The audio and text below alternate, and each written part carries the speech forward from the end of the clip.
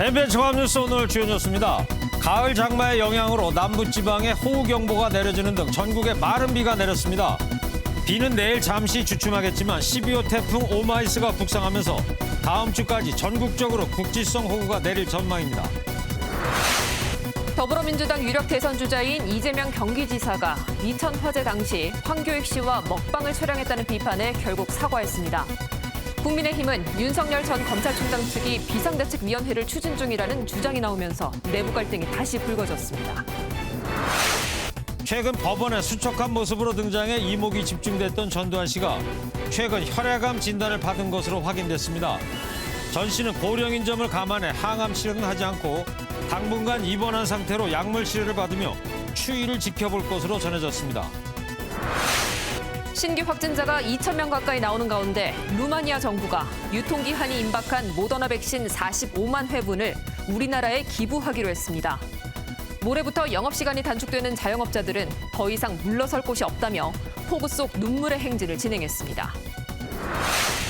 아프간 상황을 생생하게 전했던 CNN 특파원도 카불을 떠나는 등 목숨을 건 탈출 행렬이 이어지고 있습니다. 바이든 미국 대통령은 모든 미국인을 데려오겠다고 밝히면서도 최종 결과는 장담할 수 없다고 덧붙였습니다. 고강도 사회적 거리두기가 계속되면서 도심의 실내 갤러리를 떠나 야외 미술 전시에 눈길을 돌리는 사람들이 늘어나고 있습니다. 탁 트인 공간에서 온 가족이 자연과 함께 예술을 즐기는 모습을 잠시 뒤에 전해드립니다.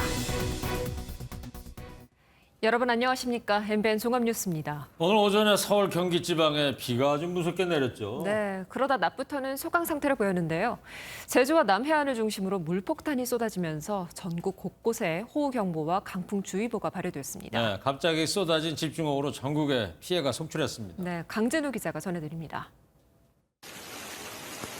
쏟아지는 비를 뚫고 소방관들이 출입 통제선을 설치합니다. 무너진 옹벽 사이로 쏟아진 토사가 승용차와 공장 기자재를 덮쳤기 때문입니다. 부산에서는 갑자기 불어난 물에 산책하던 60대 남성이 고립됐다가 구조됐습니다. 비와 강풍을 견디지 못하고 침몰한 레저보트를 해경이 간신히 육상으로 끌어냅니다. 이처럼 제주와 남해안을 중심으로 물폭탄이 쏟아지면서 전국 곳곳에 호우경보와 강풍주의보가 발효됐습니다. 전남과 경남권은 30에서 150mm, 제주도 5에서 100mm, 수도권과 충청권은 50에서 110mm를 기록했습니다. 다행히 인명피해는 없었지만 갑작스럽게 들이닥친 가을 장마에 사람들은 놀란 가슴을 쓸어내렸습니다. 비가 집중적으로 최고 오고 가고 하니까 한 번씩 당황되는 어떤 그런 지기가 많아요. 보면 집중성 호우가 되다 보니까 엄청 당황했죠. 차 오는 사이에서도 지금 막 물이 부딪히다 보니까. 정부는 호우 위기경보도 주의에서 경계로 격상하면서 저지대 침수나 산사태 등에 대비하라고 당부했습니다. MBN 뉴스 강진우입니다. 이번 가을 장마는 내일 새벽까지 이어진 뒤에 잠시 소강 상태에 들어갈 것으로 보입니다. 하지만 안심하긴 이릅니다. 남해 먼바다에서 12호 태풍 오마이스가 북상하며 다음 주 전국에 국지성 호우가 이어질 전망입니다. 월요일엔 최대 150mm가 예보됐습니다. 강영호 기자입니다. 위성 영상에 포착된 12호 태풍 오마이스의 모습입니다. 일본 오키나와 남서쪽 해상에서 우리나라를 향해 북상 중입니다. 오마이스는 모레 태풍보다 한 단계 낮은 열대 저압부로 약화되지만 일부 세력을 유지하며 제주도와 남부지방을 통과할 것으로 보입니다. 이번 비는 내일 오후 잠시 소강 상태에 접어들지만 오마이스에서 다량의 수증기가 유입되는 모레 제주도와 남부지방을 중심으로 최대 150mm가 내릴 전망입니다. 서쪽에서 저기압이 유입되는 화요일엔 비가 전국으로 확대되겠으며 짧은 시간에 많은 비가 내리는 국지성 강수가 나타날 것으로 보입니다. 이 서쪽에서 접근하는 저기압에 건조 공기까지 동반이 되어 있기 때문에 강한 비구름대가 국지적으로 발달하며 이 매우 시간당 강우강도가 강한 그런 강수 형태가 나타날 가능성이 높습니다. 기상청에 따르면 이번 달 말까지 크고 작은 비가 계속되는 만큼 기반 붕괴나 산사태 등에 대한 주의가 필요합니다. MBN 뉴스 강영호입니다. 이천 화재 당시 이른바 먹방 유튜브를 찍었다는 비판에 휩싸인 이재명 경기지사가 결국 이틀 만에 사과했습니다. 국민 눈높이에 미치지 못했음을 인정한다며 더 빨리 현장에 갔어야 마땅했다는 지적이 옳다 이렇게 말했습니다. 안보란 기자입니다. 지난 6월 이천 쿠팡 물류센터 화재 당시 황교익 씨와 먹방 유튜브 방송을 한 사실이 드러난 이재명 경기지사.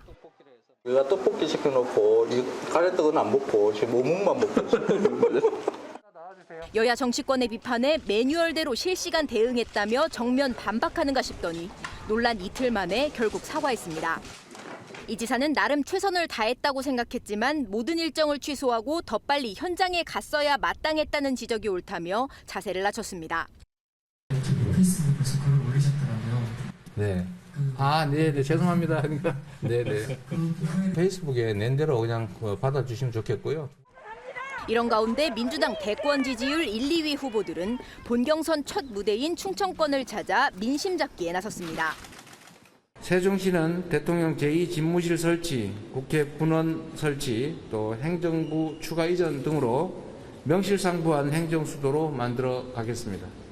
제가 총리로 일하던 2019년 3.1운동 100주년을 기해서 1등급 서운으로 다시 추서를 했습니다. 이 지사의 사과로 먹방 논란은 일단락됐지만 이번 먹방 논쟁의 배후를 놓고 신경전이 계속되면서 감정의 골은 더욱 깊어지고 있습니다. MBN 뉴스 안보라입니다.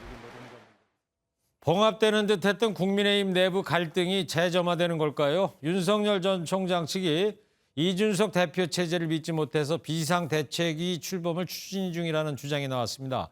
윤 전 총장 측은 가짜 뉴스라며 선을 그었지만 이 대표는 불쾌한 심기를 드러냈습니다. 이수아 기자입니다. 국민의힘은 윤석열 전 검찰총장이 김종인 전 위원장을 앞세워 당 비상대책위 체제를 추진하고 있다는 보도로 온종일 시끄러웠습니다. 최재형 전 감사원장은 윤석열 캠프의 비대위 카드는 젊은 리더를 정치공학적 구태로 흔드는 꼰대 정치라고 비판했고, 홍준표 의원도 대선 승리보다 당권이라도 장악해 공천을 받을 심산이라면 빨리 정치를 그만두라고 압박했습니다. 윤석열 캠프 김병민 대변인은 즉각 비대위 검토 기사는 황당무계한 허위 보도, 가짜뉴스로 해당 언론사의 법적 대응을 검토하겠다는 입장문을 내놨습니다. 그러면서 가짜뉴스를 활용해 정치 공세를 취한 최 전 원장의 유감을 표명한다고 밝혔습니다. 비대위 논란의 당사자인 이 대표는 불쾌한 감정을 숨기지 않았습니다. 버스 세워놓고 기다리고 이제 앉아서 있었더니만은 갑자기 사람들이 뭐 운전대 뽑아가고 밖에다가 막 페인트로 막 낙서하고 의자 다 부수고 뭐 이런 상황인 것 같아요 지금. 이어 윤 전 총장 측이 기사를 낸 언론을 고소하겠다고 했는데 해당 내용을 떠들고 다닌 캠프 사람이나 유튜버도 고소할 것인지 의아하다고 꼬집었습니다. 서병수 경선준비위원장의 사퇴로 봉합되는 듯 보였던 국민의힘 내부 갈등이 다시 비대위 논란으로 새 국면을 맞는 모습입니다. MBN 뉴스 이수아입니다.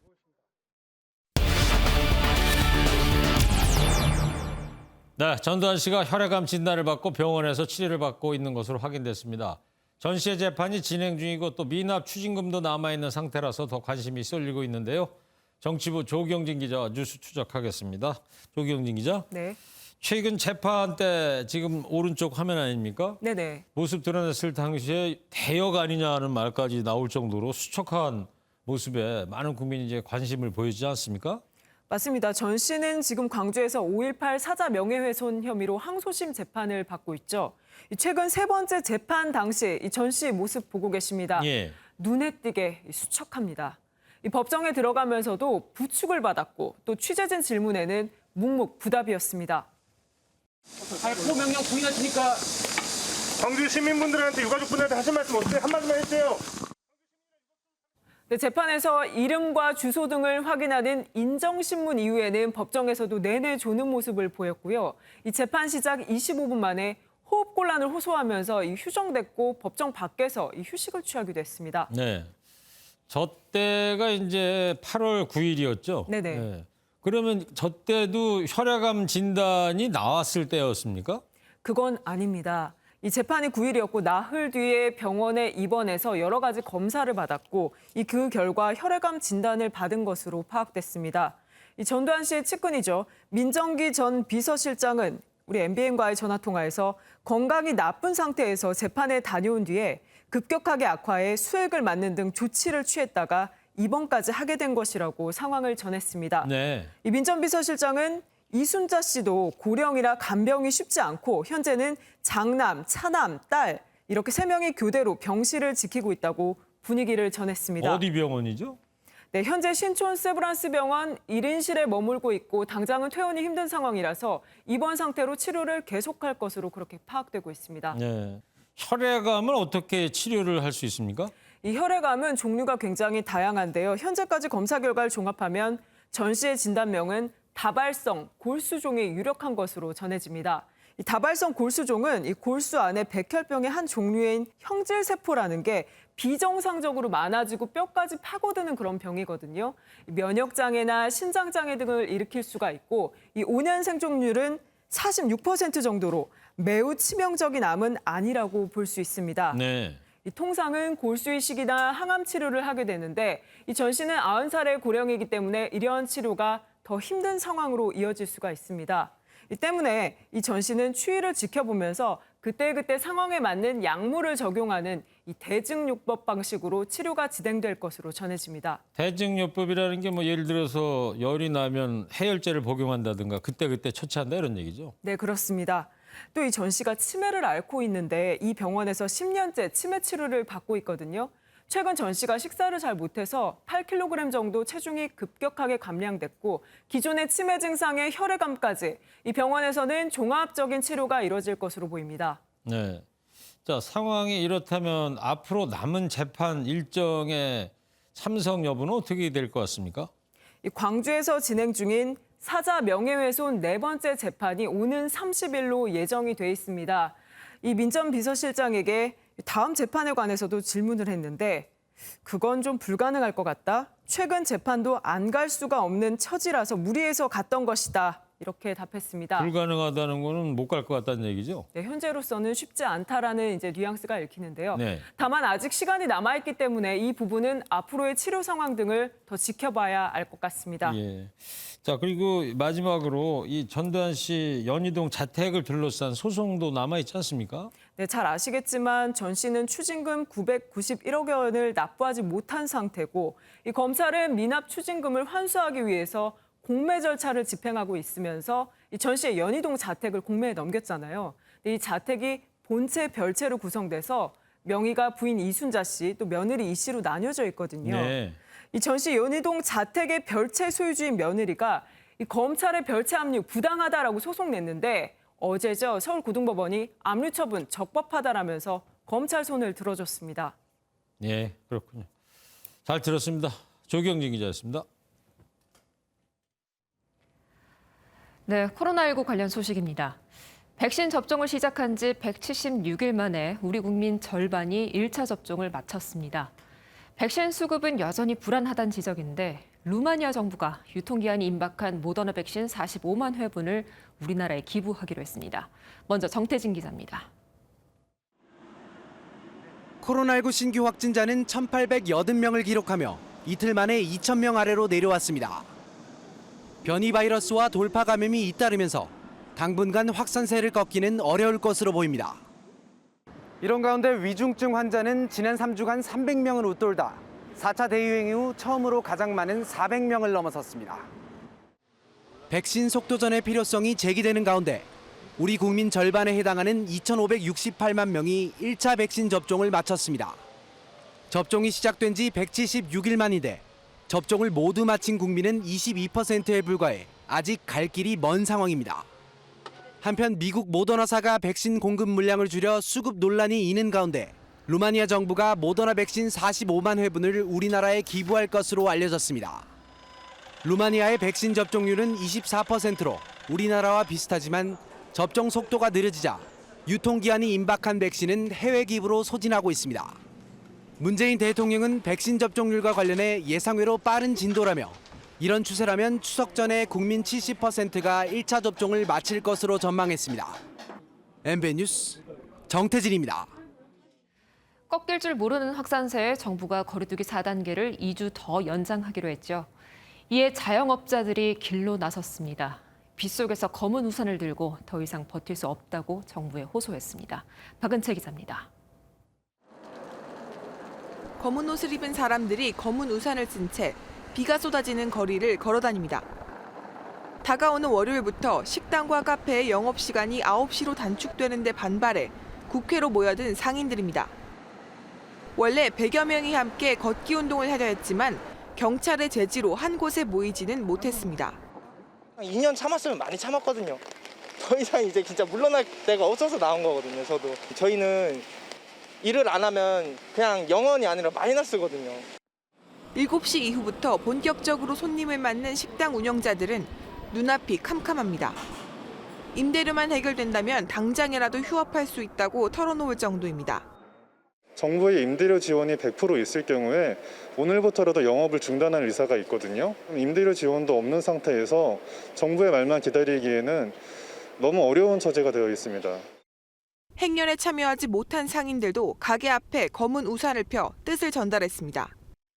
대책 없는 거리두기 연장에 자영업자들은 백신 인센티브보다 영업시간을 늘려달라고 호소했습니다. MBN 뉴스 박은채입니다. 미국에서는 입원 병실이 부족할 정도로 확진자 폭증세가 여전합니다. 강당의 식당까지 병실로 개조를 하는데도 역부족인 상황이고요. 일본에서도 이제는 도시를 봉쇄해야 한다는 목소리가 힘을 얻고 있습니다. 이건열 기자입니다. 최근 미국의 하루 평균 신규 확진자 수는 14만 명 수준으로 매일 10,000명 정도가 새로 병원에 입원하고 있습니다. 인구의 51%가 백신 접종을 마쳤지만 백신 접종을 하지 않은 사람들을 중심으로 코로나19 바이러스가 번지고 있습니다. 급한 대로 강당이나 식당을 병실로 개조해봐도 늘어나는 환자를 감당하긴 어렵습니다. 오리건주에서는 입원을 기다리던 환자가 응급실에서 숨지기도 했습니다. We're so full that we can't accept other patients that need care. And it's really alarming to think about if something did happen that our ICU wouldn't be able to accept anyone else because we are so full of COVID. 일본에서도 최근 코로나19 신규 확진자 숫자가 연일 최대치를 기록하자 일본 정부가 긴급 사태 대상 지역을 늘렸습니다. 긴급 사태가 발효된 지역에서는 방역단체장이 식당 영업시간 등을 단축시킬 수 있지만 이 정도로 확산세를 꺾을 수 없다는 우려가 나옵니다. 전국 47곳의 광역단체장으로 구성된 전국지사회는 록다운, 즉 도시 봉쇄 같은 강경 대책을 검토하라고 중앙정부에 요구했습니다.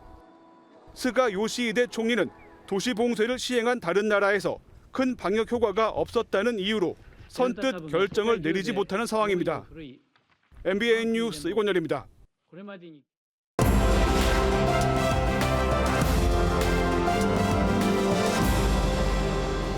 네, 화제의 키워드로 보는 픽뉴스입니다. 오늘은 박자은 기자 함께하겠습니다. 박자은 기자, 첫 번째 키워드는 뭐예요? 네, 첫 번째 복서의 폭행입니다. 장정구 선수 얘기하는 거죠? 네, 맞습니다. 오늘 하루 종일 화제가 됐는데요. 장정구 선수는 1980년대 전설로 불렸던 복서죠. 환갑을 앞두고 있는 장 씨가 어젯밤 9시 20분쯤 택시기사를 폭행한 혐의로 경찰에 입건됐습니다. 택시에서 내리다가 기사와 승강이를 벌이게 됐고 이 과정에서 폭행이 일었다고 합니다. 네, 이제 프로복서 출신인데 때린다는 건 있을 수가 없는 일인데 어떻게 된 거래요? 네, 좀 조사를 해보니까 저 충격이었는데 만취 상태에서 경찰에 발견됐다고 합니다. 다행히 택시기사가 많이 다치진 않았는데요. 술이 좀 깼을 때 장 씨를 조사해보니까 택시기사가 깨웠다는 이유로 폭행했다고 진술했다고 합니다. 네. 비용이나 부수적인 이유 때문은 아니었다고 합니다. 아직 경찰 조사 중이기 때문에 어떻게 될지는 더 지켜봐야 할 것 같습니다. 네, 그러니까 택시 타고 가다가 이제 술 먹고 잠들었는데 깨웠다 이래서 시비가 붙었다. 뭐 택시 요금 그런 시비는 아니었고. 네. 그나저나 이 장정구 선수는 세계 챔피언 타이틀도 보유했었던 아주 유명했던 복서였지 않습니까? 네, 맞습니다. 장정구 선수는 가장 권위 있는 프로복싱 세계기구 WBC 명예의 전당에 한국인 최초로 올랐고 1983년 WBC 라이트 플라이급 세계 챔피언 타이틀을 얻으면서 20세기 25대 복서로 랭크되기도 했습니다.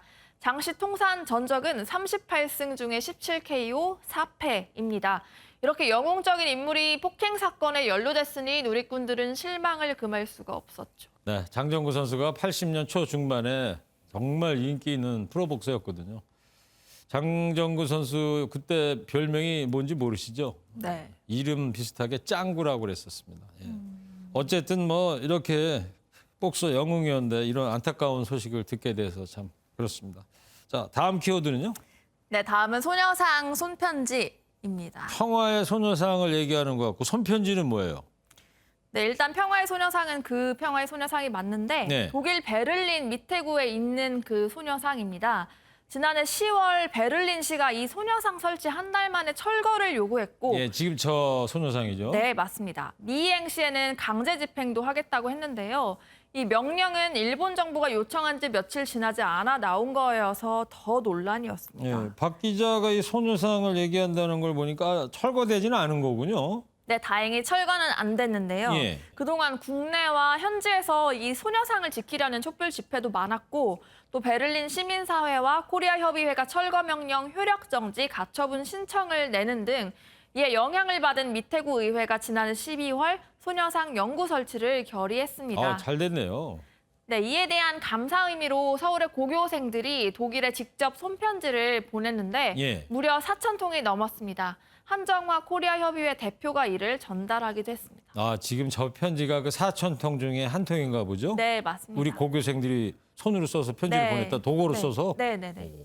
그래서 오늘 한 대표와 연락이 닿았는데 베를린에선 아직도 일본 대사가 항의하고 일본 극우 쪽이 수백 통씩 항의 메일을 보내고 있다고 하는데요. 들어보시겠습니다.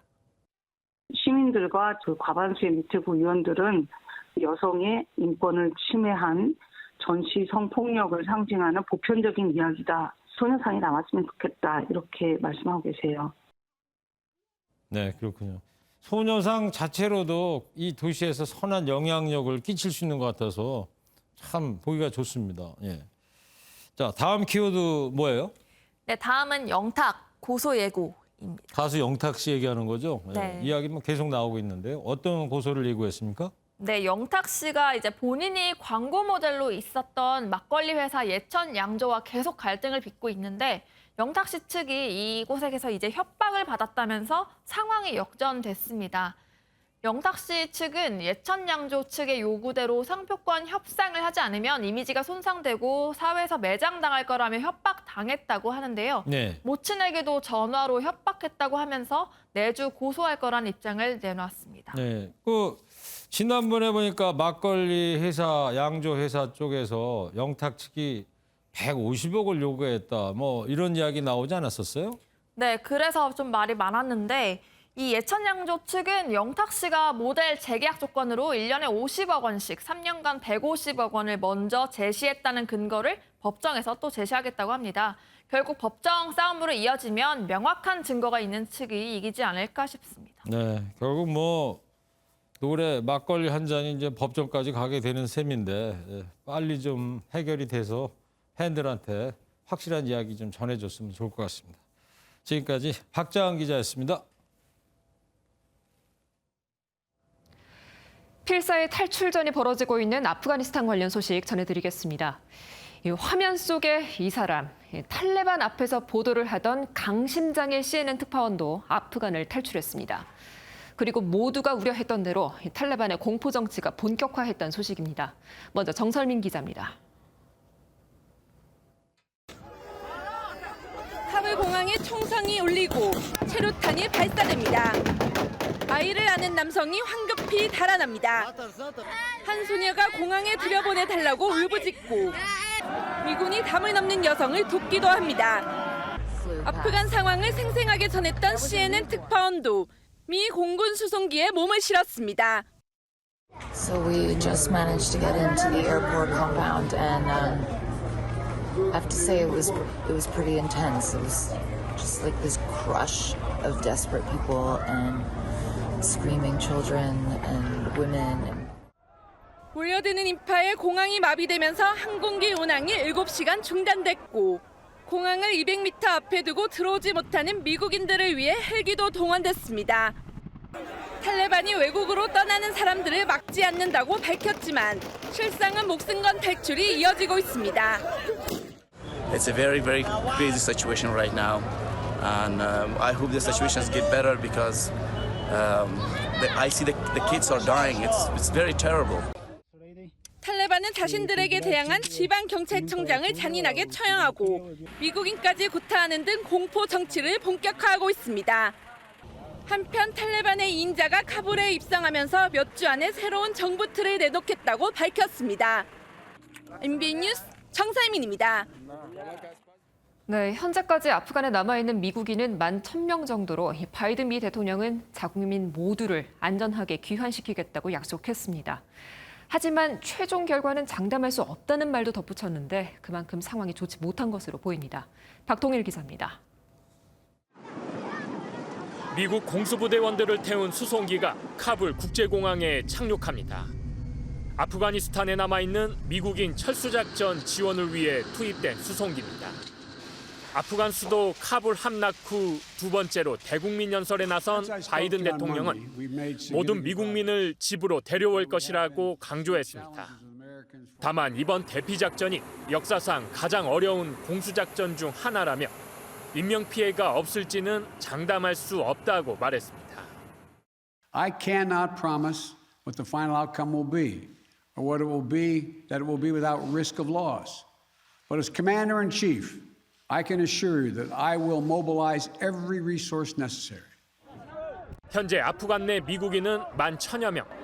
미군에 협조한 아프간인과 가족들까지 합하면 최소 8만 명이 넘습니다.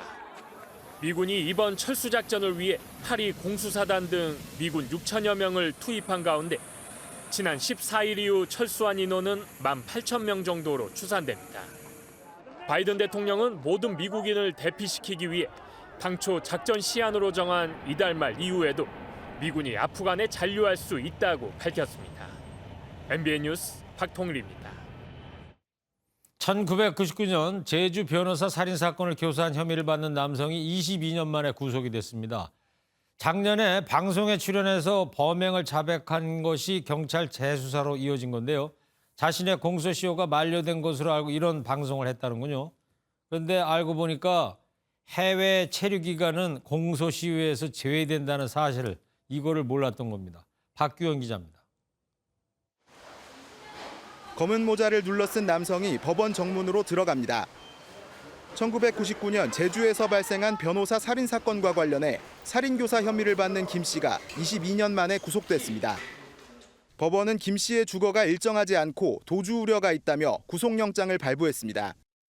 변호사 이 씨가 피살됐을 당시 경찰은 인력을 총동원해 수사를 진행했지만 단서를 찾지 못해 사건은 장기 미제로 남았습니다. 하지만 지난해 6월 김 씨가 방송 프로그램에 출연해 자신이 조직 두목에게 범행 지시를 받고 살해 교사를 했다고 주장하면서 경찰이 재수사에 나섰습니다. 김 씨는 공소시효가 만료된 줄 알고 인터뷰에 응했는데 해외에 체류했던 기간이 제외돼 공소시효가 남아 있었던 것으로 밝혀졌습니다. 경찰은 지난 6월 김 씨를 캄보디아에서 검거해 18일 국내로 강제 송환했습니다. MBN 뉴스 박규원입니다. 전남 여수의 한 선착장 앞바다에 승용차가 빠져 직장 동료 2명이 숨진 채 발견됐습니다. 승용차가 새벽에 선착장 경사로를 따라 추락하는 모습이 CCTV로 잡혔습니다. 어젯밤 경남 김해에서는 40대 만취 운전자가 차량 3대를 들이받아 1명이 사망했습니다. 김영현 기자입니다. 선착장 앞바다에서 해경대원들이 한 남성을 구조해 나옵니다. 골프장 직원이 연락되지 않는다는 신고를 받고 수색에 나선 해양경찰이 바닷속에서 2명의 남성 시신과 차량을 발견했습니다. CCTV 확인 결과 이들이 탄 승용차는 그제 새벽 1시쯤 여수 대경도 선착장 경사로에서 추락하는 모습이 포착됐습니다. 배에다 차 실는 곳 선착장들 보면 이제 경사가 져 있거든요. 그쪽으로 차량이 추락하는 모습이. 어젯밤 9시쯤 경남 김해시의 한 도로에서 40대 남성이 몰던 승용차가 차로를 변경하다 SUV를 들이받았습니다. 그런데 이 승용차가 도주했고 이후 신호 대기 중이던 승용차 2대를 연달아 추돌했습니다. 이 사고로 승용차에 타고 있던 60대 여성이 숨졌습니다. 사고를 낸 지 1시간 만에 남성이 자수했는데 당시 혈중 알코올 농도가 면허 취소 수준의 만취 상태였습니다. 어제 오전 11시 50분쯤 충남 당진시 한국동서발전 부두에 전박 중이던 석탄 운반선에서 이산화탄소 누출 사고가 발생했습니다. 이 사고로 40대 남성이 심정지 상태로 병원으로 옮겨졌고 또 다른 4명은 중경상을 입었습니다. 소방당국은 운반선에 있던 이산화탄소 소화 설비를 교체하는 과정에서 누출 사고가 발생한 것으로 보고 있습니다. MBN 뉴스 김영현입니다. 지난 1월 국가인권위원회는 고 박원순 전 서울시장이 피해자를 향해 저지른 행동을 성희롱에 해당한다고 밝혔습니다. 이를 두고 유족 측이 소송을 제기한 가운데 SNS 속 발언을 놓고도 2차 가해 논란이 이어지고 있습니다. 손기준 기자입니다. 고 박원순 전 서울시장의 유족 측 변호인인 정철승 변호사는 최근 SNS에 성추행 의혹 사건과 관련한 글을 올렸습니다. 그래서 정 변호사는 피해자는 동료 직원에게 성범죄 피해를 당했고 징계를 요구하면서 시장실과 갈등이 시작됐다고 썼습니다. 그러면서 요구가 받아들여지지 않자 실제로 박 전 시장을 성추행으로 고소했고 정무적 리스크를 현실화시켰다고 강조했습니다. 또 피해자가 지속적으로 음란 문자를 보내는 등 성추행을 했다고 주장하나 위 주장에 대한 물증은 없다고 주장했습니다. 앞서 유족 측은 지난 1월 국가인권위원회의 결정을 두고도 소송을 제기했는데 정 변호사의 글까지 나오면서 2차 가해 논란이 일었습니다. 실제 피해자 측은 정 변호사의 2차 가해를 막아달라며 법원에 가처분 소송을 냈습니다. 야당의 질의에 여성가족부도 피해자를 비난 위축시키거나 행위자를 옹호, 두둔하는 행위는 2차 피해가 될 수 있다고 밝히기도 했습니다. 반면 정 변호사는 구체적인 사실관계의 공개를 금기시하고 그에 대한 합리적인 의문 제기나 논의 자체를 비난한 것은 잘못된 일이라며 각을 세웠습니다. 이에 따라 피해자에 대한 2차 가해 논란은 쉽사리 끝나진 않을 것으로 보입니다. 유족 측이 인권위를 상대로 제기한 소송은 다음 달 7일 시작됩니다. MBN 뉴스 송규준입니다. 북핵 협의에 나설 성김 미 대북 특별대표와 모르글루프 러시아 북핵 대표가 오늘 아침에 우리나라에 왔습니다. 한미 연합훈련에 반발하고 있는 북한을 향해서 어떤 메시지를 내놓을지 관심입니다. 배준우 기자입니다. 성김 미 대북 특별대표가 오늘부터 3박 4일간 방한 일정에 나섰습니다. 성김 대표는 기자들을 만나 한국뿐 아니라 러시아 모르글로프 외무차관도 만날 예정이라고 밝혔습니다. I'm looking forward to very close consultations with our Korean government colleagues. I will also be seeing my Russian counterpart, Deputy Foreign Minister Mogilov, during this visit.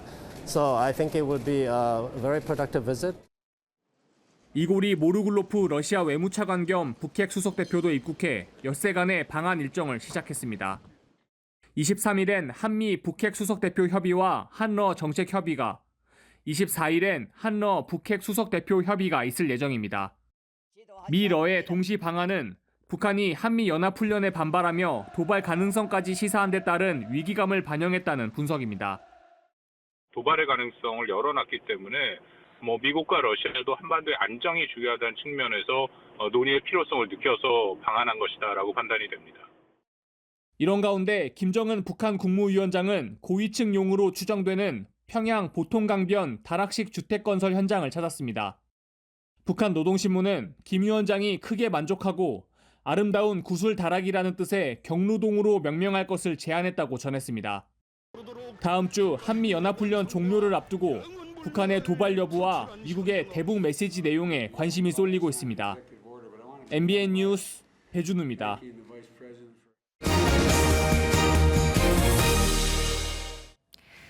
지금 저희 뒤로 나오는 저 조형물이 혹시 뭔지 아실까요? 저 트로이 목마 아닙니까?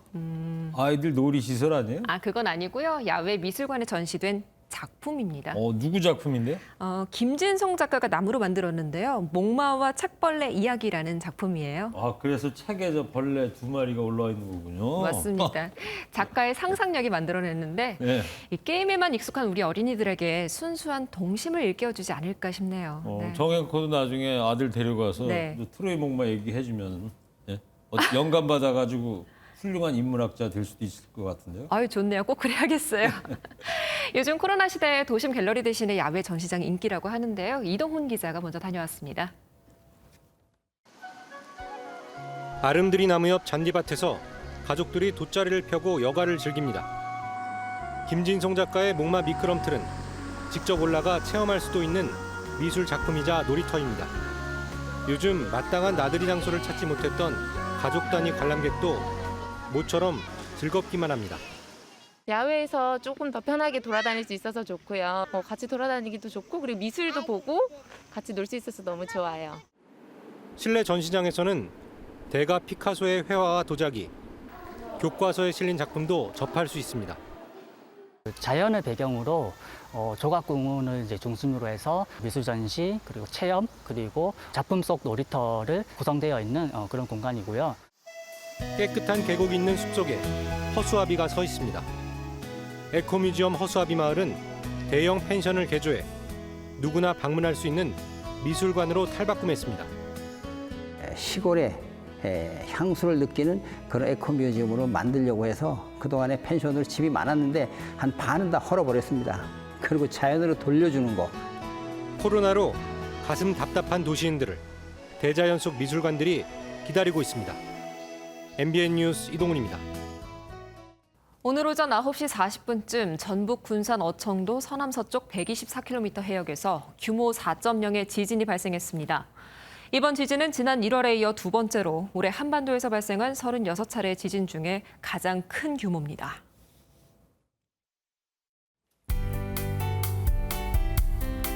오늘 오후 청계천의 산책로가 모두 잠긴 모습입니다.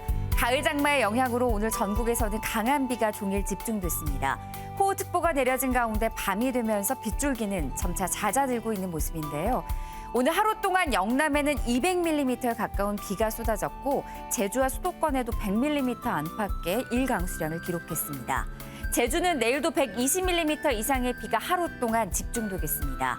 수도권과 강원 등지는 오전까지 이어진 뒤 내일 오후가 되면 대부분 지역에서 비가 모두 개겠습니다.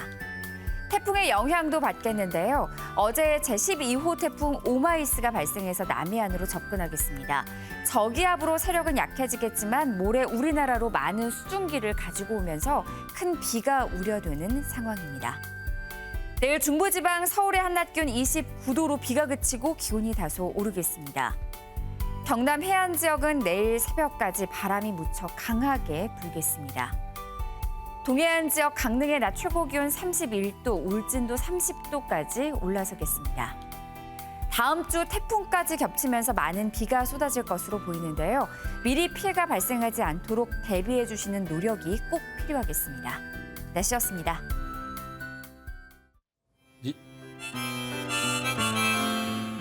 이제 아침 저녁으로 좀 시원해요. 맞아요. 정말 올여름 어느 해보다 더웠잖아요. 네. 근데 언제 그렇게 더웠냐 싶을 정도로 이제 올여름도 이제 퇴장 준비하고 있는 것 같습니다. 자, 지금 보고 계시는 이 영상 속으로는요. 김혜종 기자가 충남 부여 국남지의 늦여름 풍경을 담아온 겁니다. 고요한 연못과 연못 위를 뒤덮은 연꽃이네요. 그죠? 그 연꽃잎 사이를 오가는 오리떼 풍경까지 보이는데 참 마음도 여유로워집니다. 예. 가보기는 어렵고 저 장면 보면서 멍 때리게 하면 좀 힐링이 될 것 같아요. 자, 우리 시청자 여러분들께서도요. 코로나19로 몸도 마음도 지쳤다고 하지만 이 국남지 풍경 함께 보시면서 마음의 여유도 생기셨으면 좋겠습니다. 자, 뉴스 모두 마치도록 하겠습니다. 오늘도 함께해 주신 여러분 고맙습니다.